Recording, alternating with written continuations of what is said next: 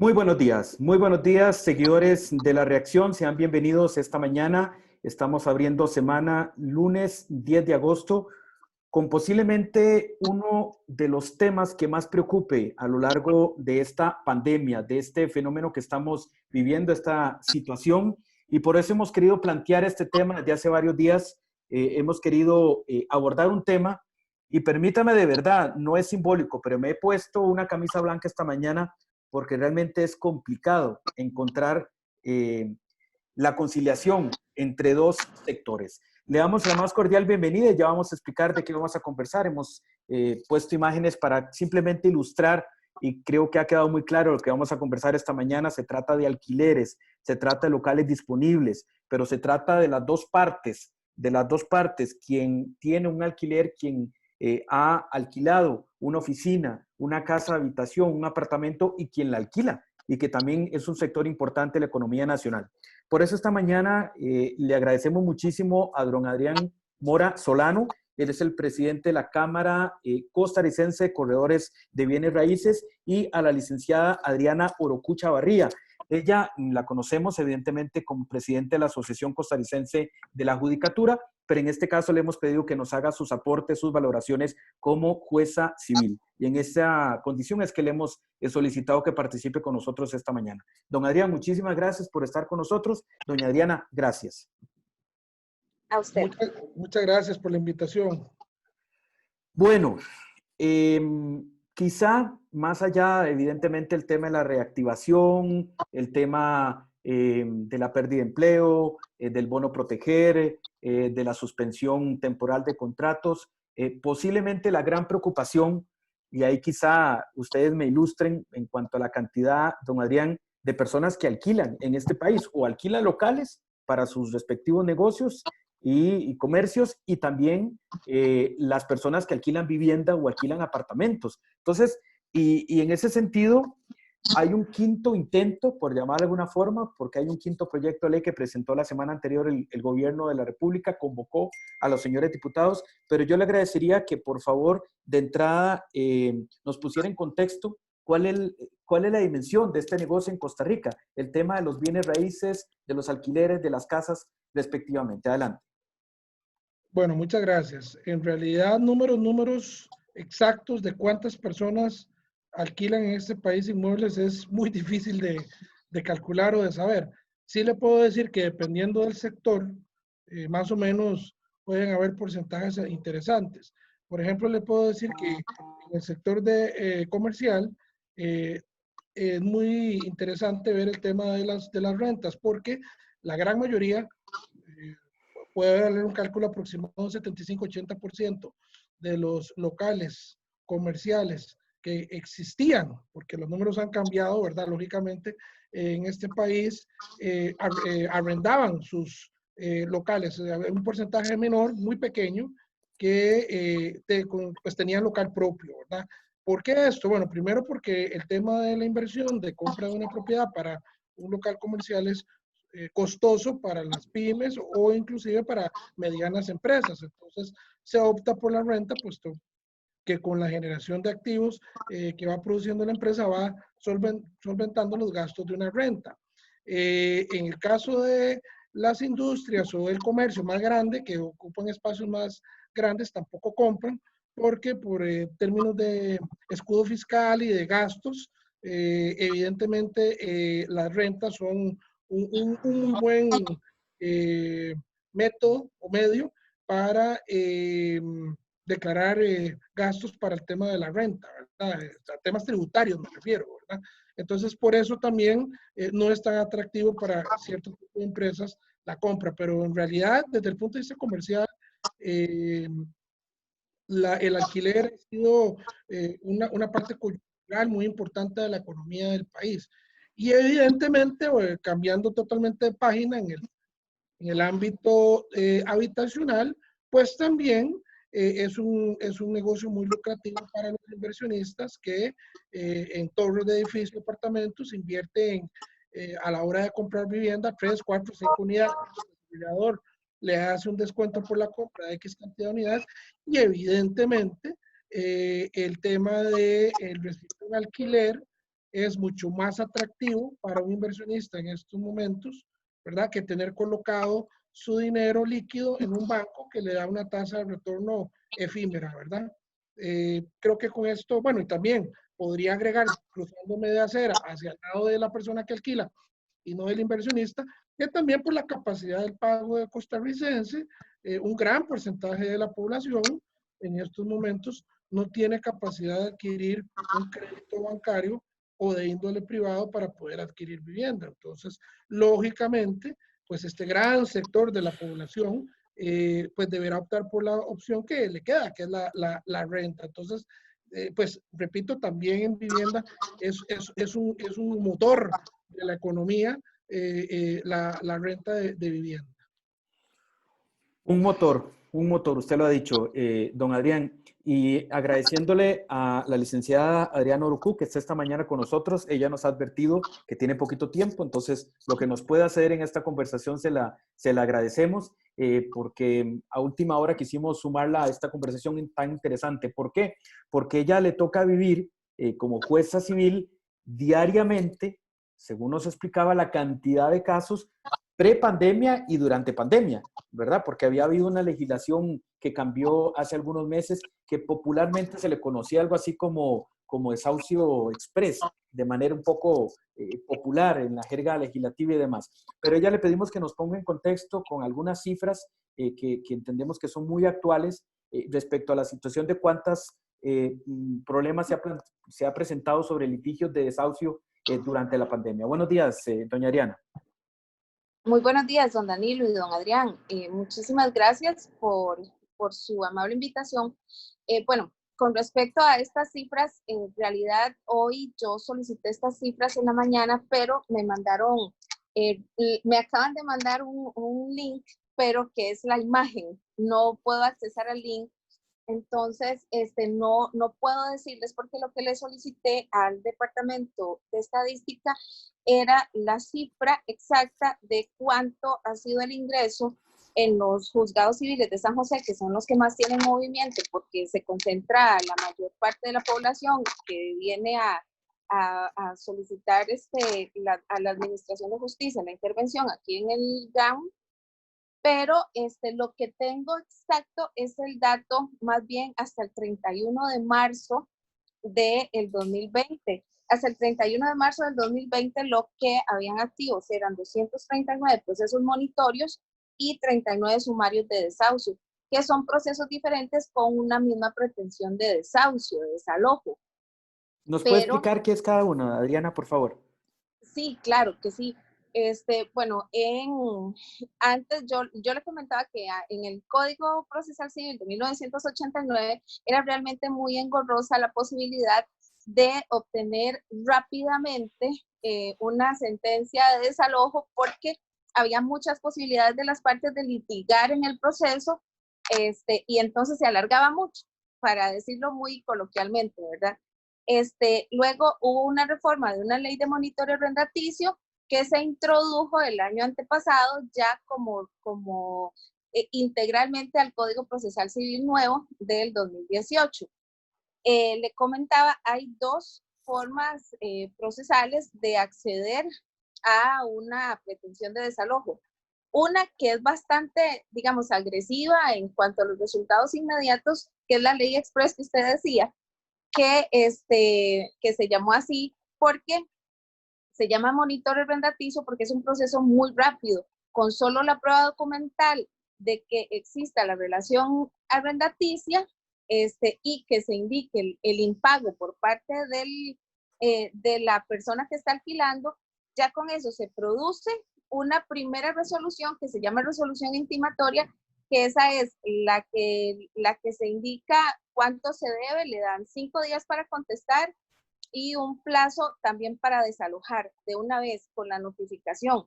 Y para que la resolución intimatoria no se confirme, la única posibilidad de que haya una contestación efectiva para que se pare el desalojo, por decirlo así, y para que haya una audiencia es que haya o una prescripción o que se demuestre pago o alguna transacción eficiente para que el juez pueda valorarlo y pueda parar el desalojo. Si no es una contestación que tenga esas características, se confirma el auto intimatorio y se ordena el desalojo y se emite la resolución que va para el Ministerio de Seguridad. Entonces, por eso es que, como usted lo llama, es express, porque es muy rápido en realidad y se basa únicamente en causal de falta de pago y de extinción de plazo del contrato de arrendamiento. Por eso solamente esas dos causales se ven o se dilucidan procesalmente a través de ese proceso monitorio. Y hay otro proceso que tiene la misma pretensión de desalojo, pero que se llama sumario de desahucio, en donde es, digamos, no es tan express por decirlo así, pero sin embargo es un proceso también que es procesalmente corto, porque es un proceso, pero no es una resolución intimatoria la primera, sino que es un traslado de demanda. Entonces, digamos que podría demostrarse de otra forma, que no sea estrictamente documentada la relación arrendaticia, etcétera. Pero entonces hay esas dos posibilidades. Pero lo que más se presenta en este momento son los monitorios, que son los procesos de desahucio express. Y mi percepción, según la experiencia de todos los días, revisarlos, tramitarlos, etcétera, que no le puedo confirmar con números por la circunstancia que le indiqué ahora, es que evidentemente sí ha aumentado la cantidad de las solicitudes de desahucio y además mucho se ha aumentado en locales comerciales también. Entonces, obviamente que eso es un espejo o un fiel reflejo de la situación económica que está pasando en el país respecto a las condiciones tan vulnerables económicas que provocan impago de las obligaciones, en este caso de las obligaciones inquilinarias. Entonces, si no hay una posibilidad efectiva de negociar el precio o haya una condonación de la deuda, etcétera, de la deuda inquilinaria por parte del dueño del inmueble, de ahí entonces se corre con la posibilidad o más bien con la potestad del dueño del inmueble de sacar a la persona porque no le está produciendo la contraprestación que es el pago por el uso del bien. Ahora, don Adrián, yo quisiera pensar, incluso porque usted entiendo que participó el lunes anterior en estos movimientos que ha habido en Casa Presidencial de distintas cámaras, con Fede Cámaras, porque esto que dice doña Adriana evidentemente es preocupante y hay que, ojalá pues hubiera no necesidad de desahucio ni estas cosas, ni llegar a estos términos. Ellos, doña Adriana, aquí en esto, como jueza civil, recibe y ve las situaciones. Pero yo me imagino que al sector tampoco que viene raíces le sirve estar quitándole ni estar aplicando bienes. O sea, hay abusos que se venían produciendo y siempre han existido, historias que podemos hablar y que la gente nos comentó previa a esa entrevista, pero estamos viviendo situaciones extraordinarias, en el cual ustedes incluso, tengo entendido, que han pedido aperturas porque saben que negocios cerrados es que no tengan con qué pagarle a los de bienes raíces. Entonces, es un tema de que tampoco les sirve que la situación comercial esté detenida, porque entonces tampoco ustedes quieren, me imagino, estar desahuciando. No es algo que les interese que les devuelvan masivamente locales, sino que trabajen para que les puedan pagar. Bueno, precisamente, bueno, me habló de Varias varios cosas, temas concentrados, sí. Entonces voy a tratar de ir contestándole sí, y si omito uno, por favor me lo indica. Mire, en primer lugar, con el tema de el movimiento o la marcha pacífica que se hizo el lunes pasado en Casa Presidencial, efectivamente, Fede Cámara fue uno de los 12 organizadores de la misma y le puedo decir que nos atendió el viceministro Otárola, señor Otárola de la presidencia, el viceministro, en donde nosotros le presentamos esa misma tarde, final de la tarde, un pliego de peticiones, donde precisamente lo que usted comentaba era lo que hablábamos, que era homogenizar las zonas de movimiento en un solo horario, el desplazamiento que también fuera homogéneo y no disparejo como se ha dado en los últimos días en el país. La no restricción de ciertos locales comerciales, restaurantes, la misma actividad inmobiliaria que desde que esto empezó ha sido casi una labor titánica, el tener que ir a mostrar casas y locales que a pesar de que la gente cree que es una situación que no se está moviendo, la gente tiene que seguir viviendo, la gente sigue buscando inmuebles para vivir. Evidentemente la parte comercial sí está severamente afectada, pero bodegas, que es otro segmento, que es el industrial, es el sector que menos ha sido afectado y que continúa moviéndose con una leve baja. Entonces, ¿cómo hacen los corredores en este momento para ir a mover propiedades si con esta situación de ahí lo agarra uno a la esquina el policía y le baja las placas y en un mes después te devuelve las mismas? Lo preocupante del caso es que el fin de semana el gobierno convocó efectivamente a un grupo de empresarios o de cámaras para hacerle las consultas del caso, pero a Fede Cámaras. ¿Aló? Sí, buenas, ¿me escuchan? Le escuchamos, Sí, don perdón. Le escuchamos. Es que me pareció como que se había ido del Zoom.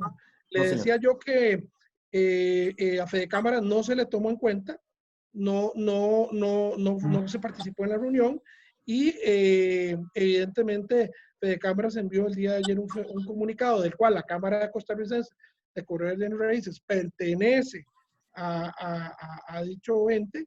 Y bueno, estamos esperando la respuesta del viceministro que no nos la ha dado. Ahora, en la parte concreta de toda esta cuestión del desahucio y los procesos, vamos a ver, la parte comercial es totalmente un tema distinto de la parte habitacional.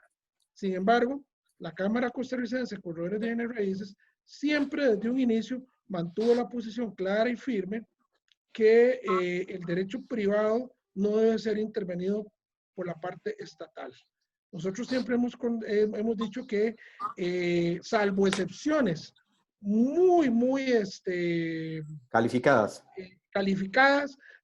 no se debería legislar en temas de derecho privado, porque nosotros consideramos que es una invasión del legislador para regular un tema que es netamente contractual privado entre las partes. Evidentemente, como lo dijo usted al inicio de esta entrevista, hay casos excepcionales, pero por esos casos excepcionales usted no puede poner toda la colectividad del caso en un mismo saco. Ejemplo de esto, yo le puedo decir de muchos casos de locales comerciales donde se dieron los únicos dos escenarios posibles, donde llega el comerciante de la zapatería, de la ropa americana, de productos de belleza y dice, mire señor, no le puedo pagar los siguientes 3 meses porque nos pusieron candado. Entonces, en ese tipo de casos, solamente se puede llegar a dos caminos. Que es que el propio dueño del local diga, bueno, no, se me va porque no me sirve tenerlo usted no pagar y tiene que ir a un proceso o llegar a un arreglo privado entre las partes y decir, bueno, págueme el 25%, págueme el 50%, o vemos qué asunto vemos, no le cobro ahora los 3 meses, pero en 3 meses le aumento, durante los siguientes 3 meses es un 25% para recuperación. Es decir, muchas maneras que el derecho privado, en este caso contractual, en temas de arrendamiento, es flexible. Y en el caso similar de la vivienda, si la persona pierde el trabajo o le hacen un recorte, pues evidentemente las partes llegan a un consenso privado. Entonces, para nosotros más bien es un poco peligroso que el gobierno meta mano, aunque yo sé, ya yo leí el quinto o cuarto intento que se está haciendo en el Congreso de hacer un salvamiento a las personas que alquilan. Yo sé que las intenciones son muy buenas, sé que hay gente que lo necesita, y sé que, digamos, el espíritu de esta ley no es mala, pero sí consideramos desde el punto de vista como Cámara que la intervención estatal podría ser no la más correcta. Ahora bien, la licenciada, con esto concluyo, hablaba de un número a marzo de los casos que se veían en los juzgados. Bueno, yo tengo un dato extraoficial de que a julio o junio, si no me equivoco, porque no lo tengo aquí a mano, creo que más bien había subido a 1,100 casos De igual manera, aunque es un número preocupante, nos da esto un barómetro de que aunque si bien se han elevado mucho los casos, de igual manera siento que a nivel privado se ha resuelto llegar a negociaciones, porque para mí personalmente era que esto hubiera llegado al triple de números, ¿verdad? Repito, este dato no es oficial, tengo que corroborarlo, pero Y me habían cambia todos los pasado, días. realmente cambia todos los días. Me han hablado de 1100 hace 15 días atrás, no sé si eso ha aumentado, ¿verdad? De mi parte, no sé si con eso Claro. le respondo la consulta. Claro, y yo sé porque nos están llegando comentarios, doña Adriana también, de situaciones de abuso de inquilinos, ¿verdad? Que cuesta, pero yo quisiera, evidentemente eso pasa y uno los escucha, pero estamos en tiempos extraordinarios, entonces tratar de ver qué es lo que ahora, ¿verdad? Pudiera servir o no servir. ¿Qué le parece a usted, doña Adriana, más allá del fondo del proyecto de ley? Como dice don Adrián, no sé si usted coincide con el hecho de que mejor el gobierno no metiera mano en eso, porque de pronto, y puedo decirlo, es mi caso, de pronto yo puedo con la casera, la popularmente como se le denomina, poder negociar alguna situación particular de mi alquiler, pero en otros, donde es con condominios y cosas más grandes, si no hay una ley que los ampare o una puntualización en una legislación, es difícil poder llegar a arreglos de todos los condóminos, por ejemplo, con los dueños. ¿Usted siente que es necesaria la ley o no? Bueno, una ley, primero me disculpo por el ruido ambiental que hay, pero estoy en mi oficina y esto es casi como si estuviera en la calle. No, no es un desahucio que le Entonces, están aplicando, no. no, este, y don Danilo, esto que, bueno, dos cosas me gustaría puntualizar, como Por hace su favor. pregunta. Primero, no le podría asegurar tampoco los datos que indicó don Adrián, pero si fuese así, sería casi cuadruplica la situación de marzo, que también es preocupante. La cantidad de desahucios, si habían 239 monitores arrendaticios, que lo estoy viendo en mi pantalla, al 31 de marzo, y si hay 1100 en este momento, si hay 4 veces la cantidad, o sea, entonces, yo creo que sí es bastante preocupante, y como le digo, es un espejo del reflejo de la economía que hay, de la saturación, de que no hay, o más bien sí, de la poca saturación económica que hay en el mercado de ofertas reales para que la gente pueda reactivarse y y lo que pasa es cerrar el negocio, que triste, ¿verdad? Porque con La eso pierden situación. todos, licenciada, con eso Sí, pierden, claro, o sea, pierden las dos partes. Pierde el arrendatario, pierde el arrendante, perdón, porque no percibe ni 25% del ingreso, el 100 se va deteriorando por el no uso el lugar, y además pierde la persona que intentó un negocio. y si hubiera Pues otra persona a lo cual alquilárselo, don Adrián, si hubiera otra persona, pero es que otros estarán en la misma condición de pronto, entonces, sí, y la contracción o el susto de empezar un negocio nuevo en las condiciones actuales, ¿verdad? Es bastante complicado. El tema, respecto a lo que decían don Adrián, por ejemplo, si lo que va a hacer el Estado es la intervención de la voluntad de las partes en la negociación con un tipo de proyecto como este texto sustitutivo del expediente 21.927, es terrible. Yo leí este texto y este texto no agrega absolutamente nada a la condición jurídica actual. Más bien agrava las condiciones de las partes para poder negociar, porque en este momento la libre voluntad de las partes para poder negociar una moratoria o una exoneración de pago, una condonación parcial, etcétera, está totalmente abierta. Las partes lo pueden hacer y es un hecho público y notorio que hay pandemia, que hay disminución de ingresos, que no hay consumo, etcétera. O sea, si hay consumo, pero no un consumo, es un consumo moderado y no el consumo que teníamos antes de la pandemia. Entonces,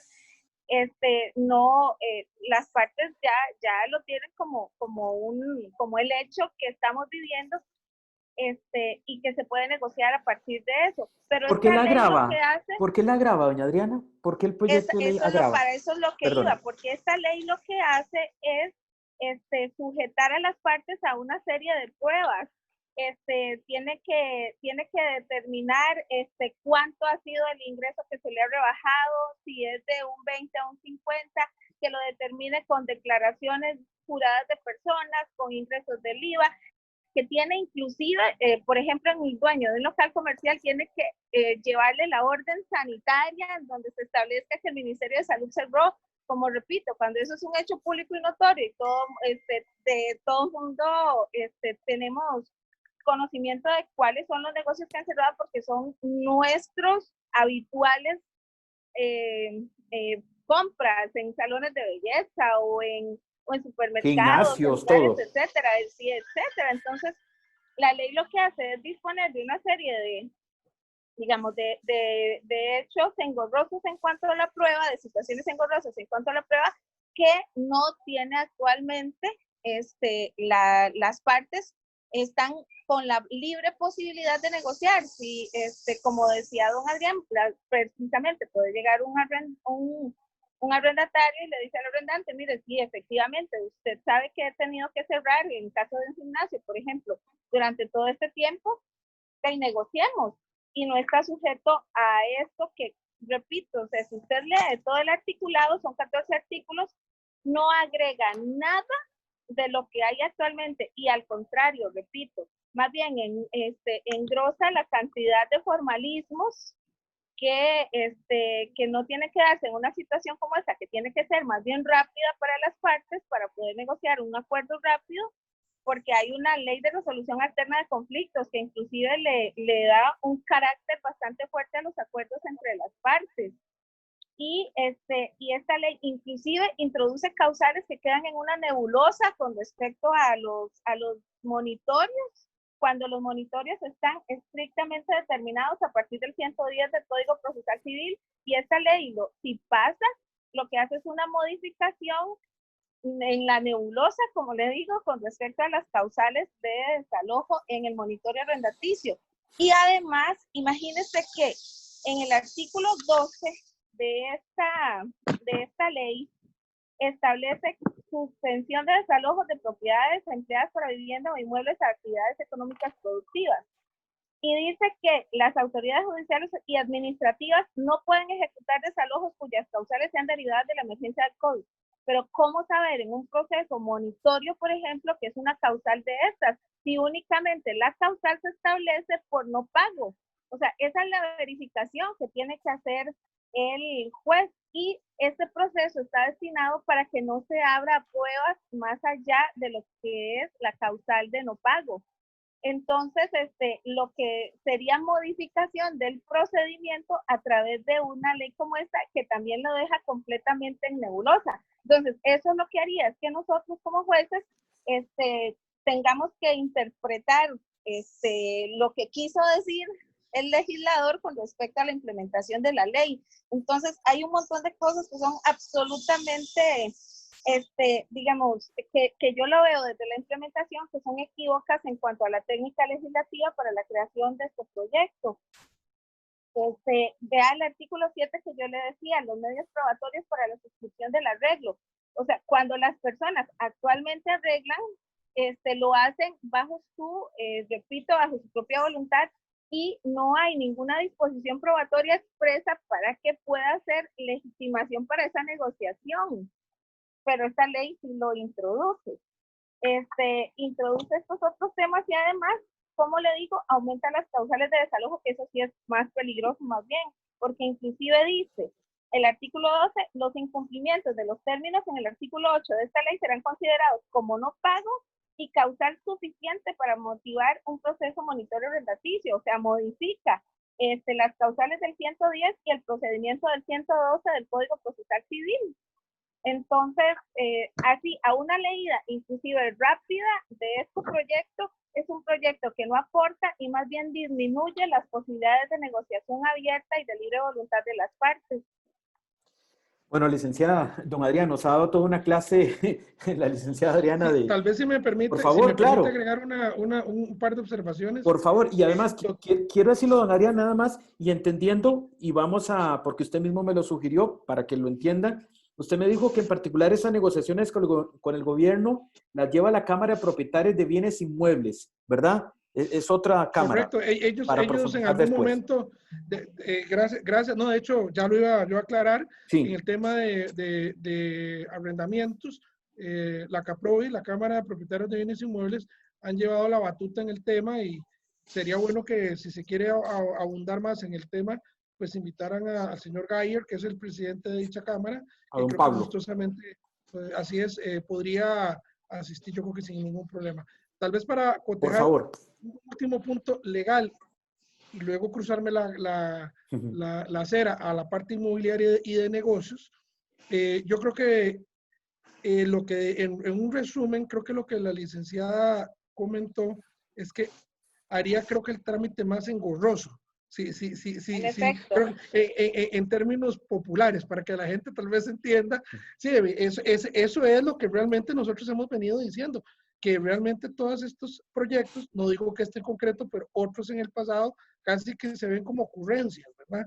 Y la verdad es que debe el legislador pensar de, precisamente como usted hablaba, licenciada, que va a afectar todo el sistema jurídico en términos de arrendamientos. Entonces son temas muy delicados que, si bien es cierto, tal vez el espíritu de la ley es ayudar a una de las partes, siempre debe haber un balance de ese principio de equidad, de justicia, ¿verdad? ¿Por qué? Porque precisamente ahora me voy al lado del propietario, del inversionista y del corredor inmobiliario, que aquí no lo hemos hablado Por favor, tiene toda la razón. en este bloque. Desde el punto de vista del propietario o del inversionista, muchos piensan que porque ya tienen la propiedad de la alquila, son millonarios y viven como reyes y no les va a faltar que no se les pague un año o 6 meses o 3 meses. Eso es un mito. Un mito. Muchos de los inversionistas es gente clase media, gente que ha invertido todos sus ahorros de esfuerzos de una vida o patrimonio familiar en propiedades, entonces tienen como medios de subsistencia los alquileres. Y de lo que se percibe, doña Adriana y don Danilo, tienen que pagar los impuestos de la propiedad, tienen que pagar una serie de cánones que el propio Estado les pide a los dueños de los inmuebles. Entonces, si llega una ley, por ejemplo, y le dice, bueno, todo el país tiene gratis 3 meses, entonces, así, simplemente porque vino el gobierno con su varita mágica, dijo, aquí se pone la libertad de no cobrar por 3 meses, perdón, habrá gente entonces que caerá en default de impuestos, tiene una serie de conexiones y colaterales muy delicados, y que realmente, como lo dice doña Adriana, en el caso de las personas que habitan, deberán demostrar una serie de requerimientos que le pide este proyecto de ley para poder acogerse a la misma, lo cual hace el proceso todavía más alargado, más engorroso, y precisamente el efecto lo van a ver los personeros del Poder Judicial, porque precisamente es donde se va a hacer toda la pega y la cola. Don Ahora Adrián, bien, es que para mucha gente, como usted dice, don Adrián, es el único ingreso. Para, por ejemplo, pensionados que tienen pensiones muy bajas, ¿verdad?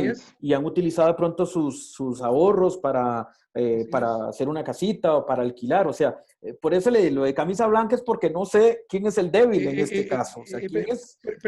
Precisamente por eso yo cuando inicié mi conversación con ustedes, es el eje que el gobierno tiene que entender, que la gente tiene sus ahorritos invertidos en inmuebles, porque como lo dije, el banco o los bonos o la bolsa no están dando los dividendos que un alquiler puede hacerlo si se maneja correctamente. Ahora bien, desde el punto de vista de correduría inmobiliaria, que no he hablado hasta el momento, para nosotros, precisamente este tipo de proyectos nos hace ya una triple función. Ya de por sí, como nos cuesta trabajar por la pandemia, por las restricciones del gobierno de poder salir a trabajar, ¿por qué nos genera un triple control? Porque primero, nosotros tenemos que hacer una investigación casi detectivesca a la hora de cuando nos llegan a buscar nuestros servicios para buscar un inmueble, para que precisamente, si se llega a aprobar esta ley, la persona que alquile no vaya a salir al mes que no tiene plata, porque entonces el dueño de la propiedad nos va a venir a reclamar a nosotros, es decir, me trajiste un vivazo y usted no hizo su trabajo. Segundo, tiene que demostrar a través del corredor dicha capacidad de pago, porque una cosa es el puedo pagar, otra cosa es con qué, ¿verdad? Entonces, ahora el corredor tiene una responsabilidad. Si ya la tenía grandemente, ahora tiene mucho más, porque tiene que hacer el perfil del inquilino. Y usted tiene, pues, tal vez no garantizarle, pero sí demostrarle al dueño de la propiedad que la persona a la cual usted representa para alquilarle, sí tiene la capacidad para pagar ese inmueble. Porque, ¿qué pasa si el mes siguiente no paga? Como le dije hace un minuto, el dueño de la propiedad va a llegar ante el correo y decir, vos me estafaste, si no me devuelves la comisión del primer mes, te voy a acusar a los tribunales, y más bien se hace peor se hace peor el enfermo que el remedio. Y tercero, yo creo que también es muy importante indicar, es que a la hora que precisamente el corredor ofrece sus servicios, le debe llegar a una negociación precisamente con el inquilino de que, si bien es cierto, se nos paga por un mes de comisión, cuando es igual, sea vivienda o sea comercio, también el inquilino, perdón, el dueño de la propiedad debe de entregar, y nosotros también como corredor garantizarle al que está alquilando que el inmueble está en óptimas condiciones y en perfecto estado, y que está al día con sus impuestos, que tiene una serie de requerimientos que también la contraparte tiene que pedirle, ¿verdad? Entonces, por eso le digo, es una labor casi que detectivesca de ambos lados, porque si uno le queda mal a uno, el corredor es el malo, y si el dueño de la propiedad también no entrega el inmueble en las condiciones que dijo, el que alquiló, así, el corredor me embarcó a alquilar la propiedad.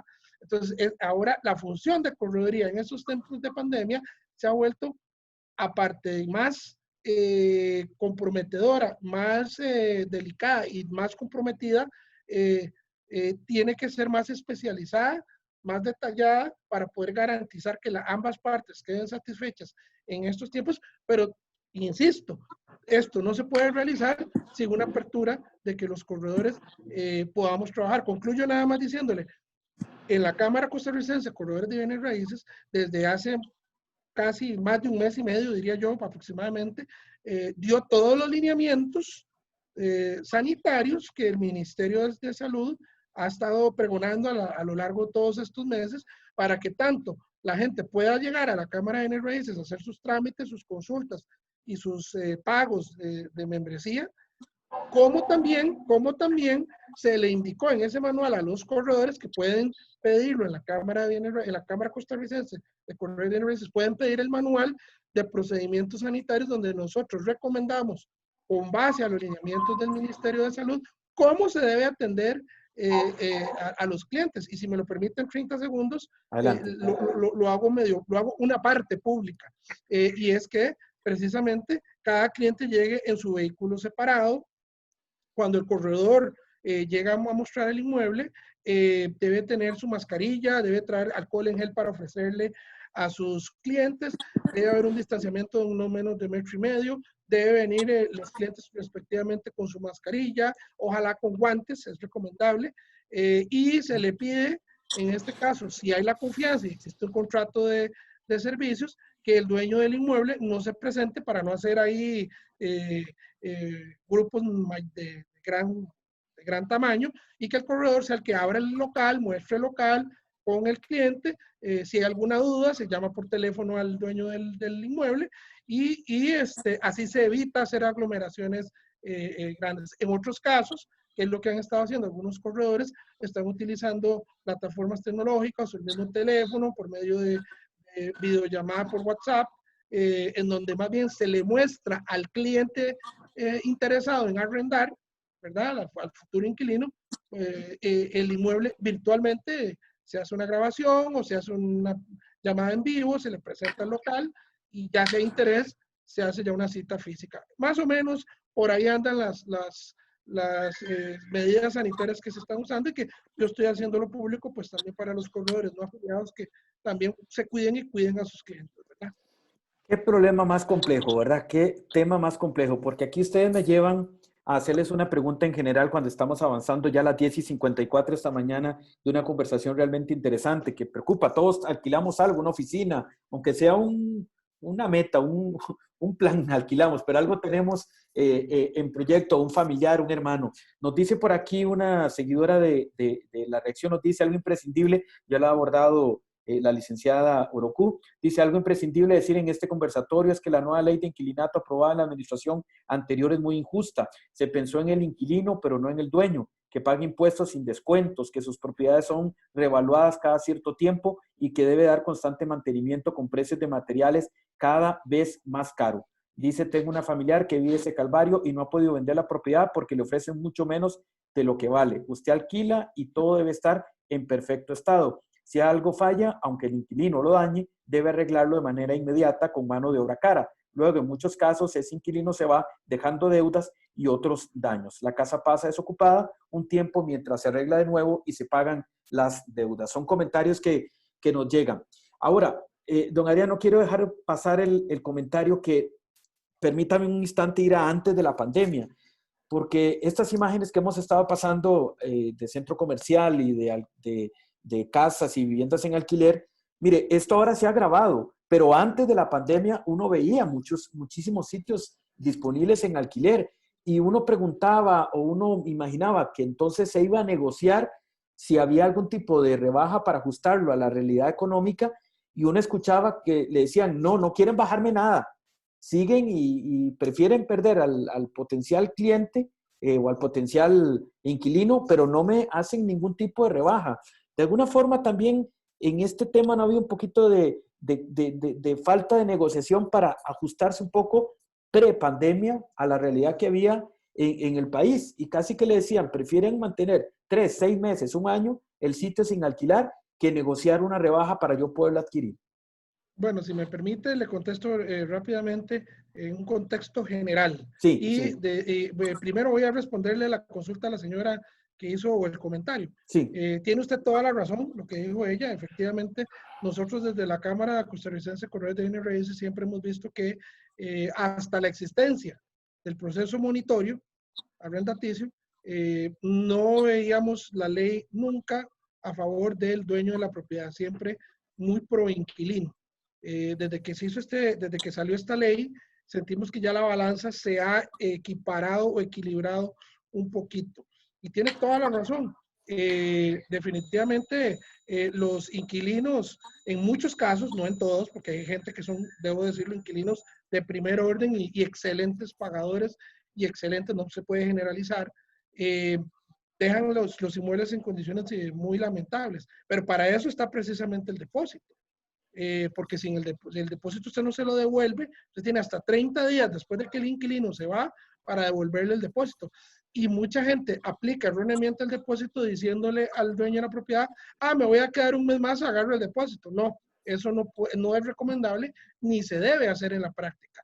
¿Por qué? Porque precisamente a la hora que se va el inquilino, ese depósito de garantía que se quedó originalmente es precisamente para que en caso que haya algún daño del inmueble pueda subsanar cualquier reparación. Concluyo nada más diciéndole como una recomendación que debe pactarse en el contrato que obviamente los desgastes naturales y generales de un inmueble que se dan durante el uso normal del inmueble, pues se deberán arreglar por parte del propietario, pero si son daños ya ocasionados por el inquilino por un tema de mala praxis, evidentemente será él el que lo cubra. Perdón. Y después, en el tema de los inmuebles comerciales, hay un número interesante que utilizan mucho las SAFIs, que son las sociedades bancarias de fondos de inversión. Las SAFIs siempre han tenido un balance económico o un promedio de lo que se conoce como una economía sana en términos comerciales y una que no lo es.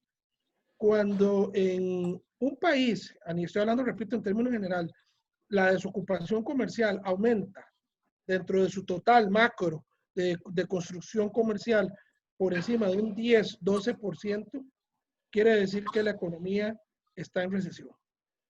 Entonces, ¿qué quiere decir esto? Que si de cada 100 locales comerciales, 10 o 12 están desocupados aproximadamente, la economía está enferma. Y hoy estamos así. don Adrián. Evidentemente, Sin tener mucho dato de SAFI, es evidente que... evidentemente antes de la pandemia ya se estaban acercando a esos números. No se habían alcanzado, pero se estaban Y acercando. ahora es evidente. Evidentemente, con la pandemia eso se disparó a números mucho más altos. Pero el punto acá, con lo que le quiero llegar a decir es, le puedo dar el ejemplo de la Avenida Central. Hace un año usted llegaba a la Avenida Central a pedir un local comercial y habían personas que cobraban desde 100 a 150 dólares el metro cuadrado de alquiler en Avenida Central. Vaya usted hoy en día a ver y en algunos locales se asustan, ¿verdad?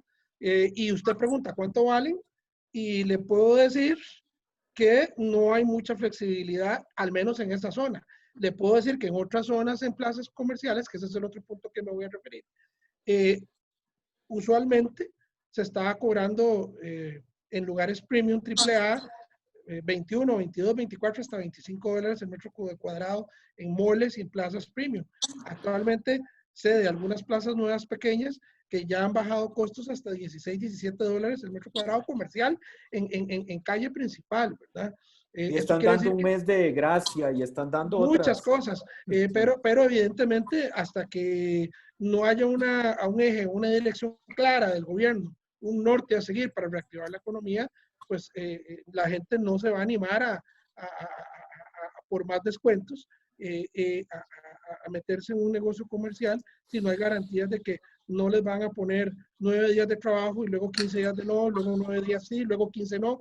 Vamos a ver con la política que está haciendo ahora el gobierno si realmente funciona y concluyo nada más diciendo que en el ambiente de vivienda, cruzándome la acera de la vivienda, en viviendas secundarias, ¿verdad? No primarias, debo decir que los desarrolladores en las casas nuevas no han hecho ajustes que definitivamente se tienen que hacer y consideramos que deberían hacerlos, proyectando la situación real del país, pero diciéndole en el tema de la vivienda secundaria, que es la casa de segunda mano, popularmente hablando, sí hemos notado que han habido ajustes a la baja muy importantes de un 20 a 15, 20 hasta un 25% de precios de lo que se pedía exactamente hace un año atrás, ¿verdad? Ahora, Ya la economía venía enferma, repito, pero, sí, el COVID vino a ponerle cuidados absolutamente. intensivos, ¿verdad? Pero, don Adrián, ¿es consciente usted y el sector de que ciertamente uno lo escuchaba de la gente que decía que no están dispuestos a hacer nada? Era como una cosa extraña de que parecía que cierto sitio le prefería pasarse 3, 6 meses, 9 meses sin alquilar que negociar en tiempo prepandemia. Ahora todo está absolutamente confuso. Pero ¿por qué pasaba eso? De que parecía que se resistían a no bajar, como que tenían la posibilidad de no alquilarlo. Bueno, es que le respondo, y aquí estoy más o menos caminando en tierra de fango o en tierra con neblina, porque cada caso y cada dueño es distinto, ¿verdad? Absolutamente. Le puedo decir así a grosso modo que en 2 casos de esos, puede ser que uno son de SAFI, de sociedades de fondos de inversión, que ellos tienen un margen piso, ¿verdad? Para alquilar el inmueble y menos de ese porcentaje deja de ser rentable porque recordemos que la SAFI no es un ente, aunque está dentro de un banco, paralelamente, no es del banco del todo, sino eso es de un grupo de inversores que conforman un fondo para comprar activos mediante dicha capitalización de fondo y lógicamente al llegar a un piso, que la verdad no manejo en estos momentos ese piso, pues obviamente no le genera números negativos, ¿verdad? Entonces el fondo tiene siempre un margen de negociar hasta cierto límite.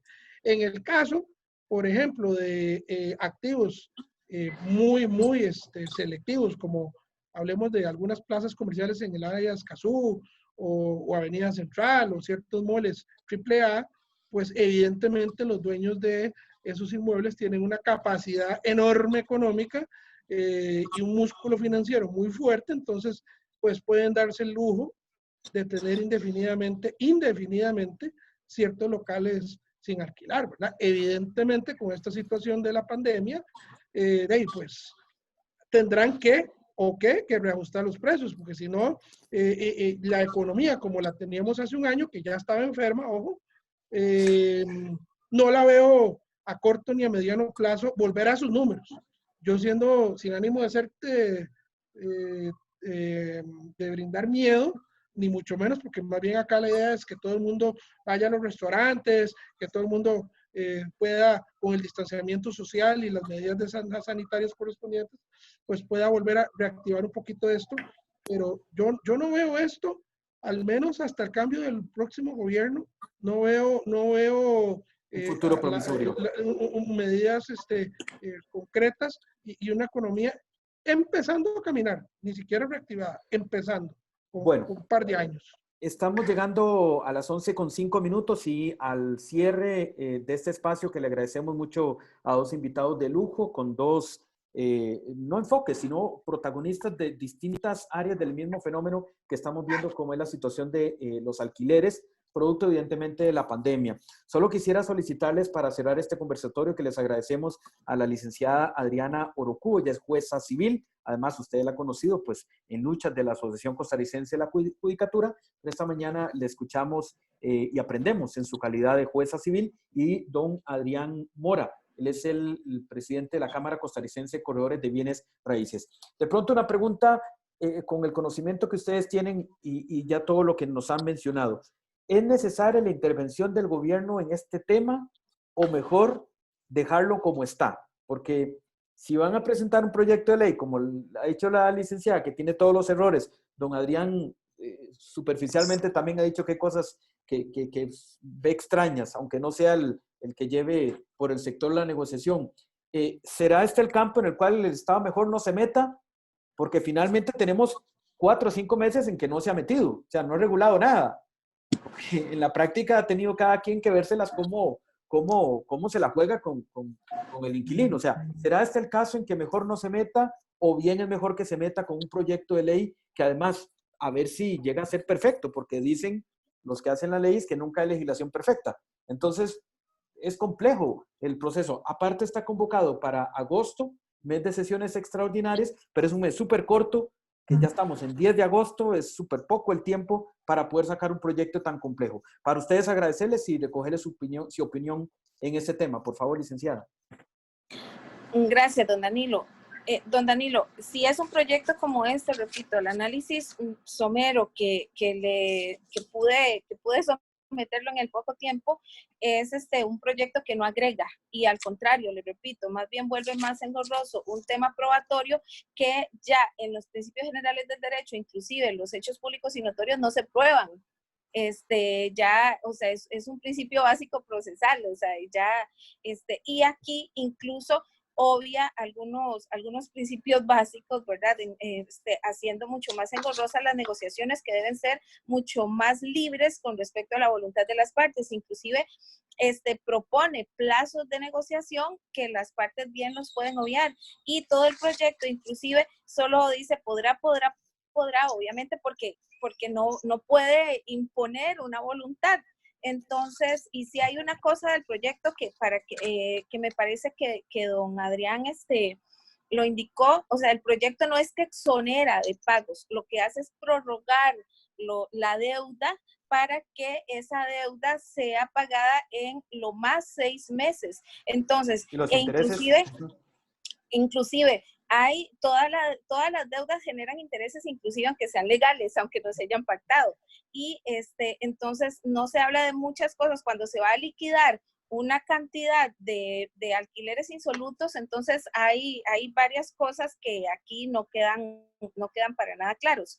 Y lo que sí es necesario en tema de inquilinato, inclusive ya la Sala Constitucional hace mucho lo dijo con respecto a una resolución, cuando ustedes recuerdan que cuando hubo la discusión, cuando se dispuso de pisos y techos con respecto al dólar, porque ya había proyecciones con respecto a las negociaciones de los alquileres por las mini devaluaciones.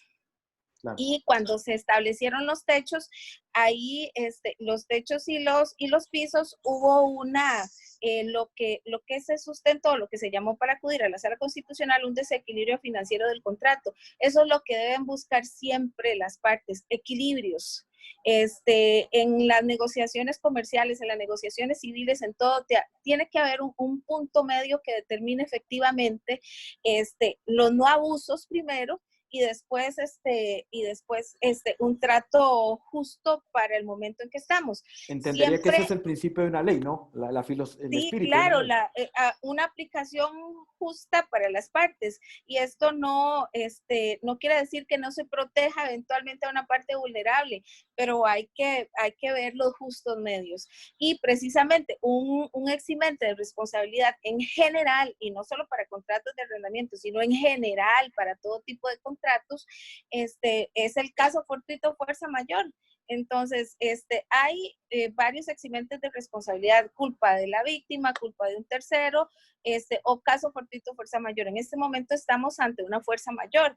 Entonces, las partes pueden acudir a ese principio general para poder reevaluar los términos de su contrato, y que esos términos, una vez firmados, recuerden una máxima de que el contrato es ley entre partes, una voluntad, o sea, de una renegociación de un contrato, y eso se vuelve un adendum, eso ya es parte integral de la negociación, y eso es ley entre partes. Incluso esta ley, o este proyecto de ley más bien, va más allá de esa disposición de las partes, y viene a meterse, digamos, tal vez más de lo necesario, más de lo debido en esas voluntades, porque incluso dice que aunque las partes hayan gestionado un acuerdo, la ley dispone plazos, dispone causales, dispone otras cosas totalmente indebidas. Entonces, en la implementación es donde uno puede ver los hierros, y tal vez porque uno está en esto todos los días y lo puede proyectar y lo puede ver, pero aquí es donde sí la técnica legislativa tiene que depurarse para que no salga una ocurrencia, sino que salga un real proyecto que venga a ayudar a todas las partes involucradas en este tema, que mejore la condición económica del país. Don Adrián, con usted cerramos esta reflexión. Creo que un programa de lujo, la valoración que ha hecho la licenciada, pero cerramos con usted, a quien le agradezco esta participación. Bueno, nuevamente muchas gracias por la invitación. Yo creo que esto se resume a lo que dijo las últimas palabras de la licenciada, los principios generales. Yo creo que esto es algo que el legislador tiene que tener muy claro, principio de la voluntad de las partes, y en derecho privado, en temas contractuales, esos principios, mientras no estén en contra de la norma, son ley. Y yo creo que mediante una figura tan simple como un adendum entre las partes en un contrato inmobiliario, creo que esto se puede resolver.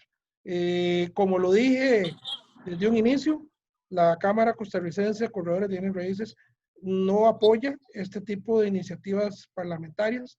Consideramos que el principio de equidad se violenta mediante este tipo de normativa, y nosotros más bien apelamos e invitamos a las partes que están en estos momentos en condiciones económicas adversas a que conversen y lleguen a acuerdos, porque como dice el dicho popular, es mejor un mal arreglo que un buen pleito, ¿verdad?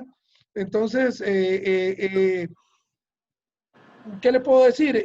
Me parece que mi recomendación simple es que las partes conversen, dialoguen, lleguen a arreglos, se conlleve a un adendum, y simple y sencillamente, si ya es irreconciliable que las mismas puedan conversar, pues lo que hablaba la licenciada, alegar casos fortuitos y fuerza mayor que están tipificados claramente en el ordenamiento arrendaticio costarricense. De mi parte, creo que ese sería el resumen, y pedirle al gobierno, si alguien se está viendo o verá esta transmisión, que realmente reconsideren el tema de dejar a las personas que están dedicadas a los temas inmobiliarios, a los temas el diario vivir en ámbito comercial, en ámbito de trabajo, pues que normalicemos un poquito más el tema de la circulación, porque precisamente la circulación es parte de lo que nos va a ayudar a reactivar la economía del país y tratar de mover toda esa cantidad de locales comerciales que usted ha mostrado ya en varias ocasiones ese video, para tratar precisamente de ayudar a nuestros clientes a cumplir el día a día, su diario vivir. Muchas gracias nuevamente y un saludo para todos. No, muchísimas gracias a usted, a don Adrián, y por supuesto a doña Adriana, que también ha extendido sus minutos para estar con nosotros en esta conversación. Nos aportan algunos comentarios respecto a si este proyecto tiene futuro. Nos dice un seguidor, nos dice, no creo, hay muchos intereses creados. En esto hay una demanda cautiva.